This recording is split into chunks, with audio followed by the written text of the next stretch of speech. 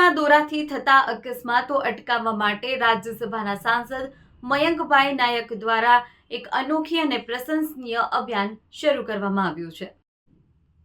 Bike અને scooter સવારો પતંગની દોરીથી બચાવવા માટે વિનામૂલ્યે સેફ્ટી ગાર્ડ લગાવવાનું અભિયાન શરૂ કરાયું છે। ગઈકાલે મહેસાણા મહાનગરપાલિકાના લોકાર્પણ કાર્યક્રમ દરમિયાન આ અભિયાનને રાજ્યના મુખ્યમંત્રી ભૂપેન્દ્ર પટેલનો સહયોગ મળ્યો છે। મુખ્યમંત્રીએ જાતે જ દ્વિચક્રી વાહનોમાં સેફ્ટી ગાર્ડ લગાવી લોકોને સલામતીનો સંદેશ આપ્યો છે।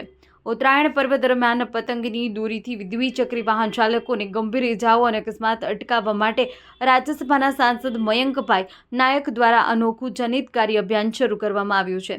આજે મહેસાણાના સેવાલય ખાતે દ્વિચક્રી વાહનોમાં વિનામૂલ્યે સેફ્ટી ગાર્ડ લગાવવાનું અભિયાન શરૂ કરવામાં આવ્યું છે। સવારથી જ મોટી સંખ્યામાં બાઇક અને સ્કૂટર ચાલકો સેફ્ટી ગાર્ડ લગાવવા માટે ભીડ જમાવી દીધી હતી। સાંસદ મયંકભાઈ નાયકના જણાવ્યા મુજબ આ અભિયાન આગામી 13 જાન્યુઆરી સુધી સતત ચાલુ રહેશે। આ માનવતાભર્યા અભિયાનમાં આજે મહેસાણાના ધારાસભ્ય મુકેશ પટેલ પણ જોડાયા હતા। ચેતન પટેલ, મહેસાણા।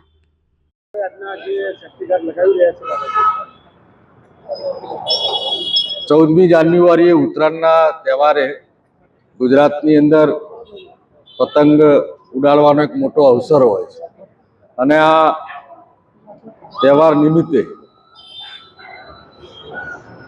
દોરીના લીધે બાઇક ચલાવનારને ઘણીવાર નુકસાન થતું હોય છે અને ઘણીવાર જાનહાનિ પણ થતી હોય છે। ગઈ સાલથી મેં આ કાર્યક્રમ શરૂ કરેલો હતો। ગઈ સાલ અમે 28,000 કરતાં પણ વધારે લોકોને આ સેફગાર્ડ લગાવેલા। આ વર્ષથી ગઈકાલે માનનીય મુખ્યમંત્રી શ્રી ભૂપેન્દ્રભાઈ પટેલના કરકમળોથી આ કાર્યક્રમની શરૂઆત કરેલી છે।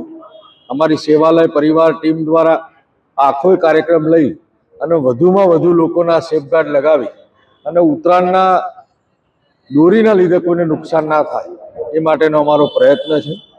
ઉત્તરાયણ પછી પણ જે દોરીના ગૂંચળા વગેરે પડી રહેતું હોય છે એ ગૂંચળાઓ પણ અમે ખરીદવાના છીએ। 100 રૂપિયા કિલો ખરીદવાના છીએ। એટલે અત્યારથી પણ જાહેરાત કરું, કોઈ દોરીના પણ ગૂંચળા હોય ઉત્તરાયણ પછી અમે અમારા સેવાલય ખાતે ખરીદીશું 100 રૂપિયા કિલો। આ ઉત્તરાયણ સુધી ચાલવાનો કાર્યક્રમ છે। 13મી જાન્યુઆરી સુધી આ સતત કાર્યક્રમ ચાલવાનો છે। આ કાર્યક્રમ જેટલા લોકો આવે બધા જ લોકોને લગાવવાનો છે। આ કાર્યક્રમ અહીંયા કોઈ મર્યાદા નથી, પરંતુ સમયની અંદર સવારે 10 વાગ્યાથી લઈને સાંજના 5 વાગ્યા સુધી આ કાર્યક્રમ ચાલશે।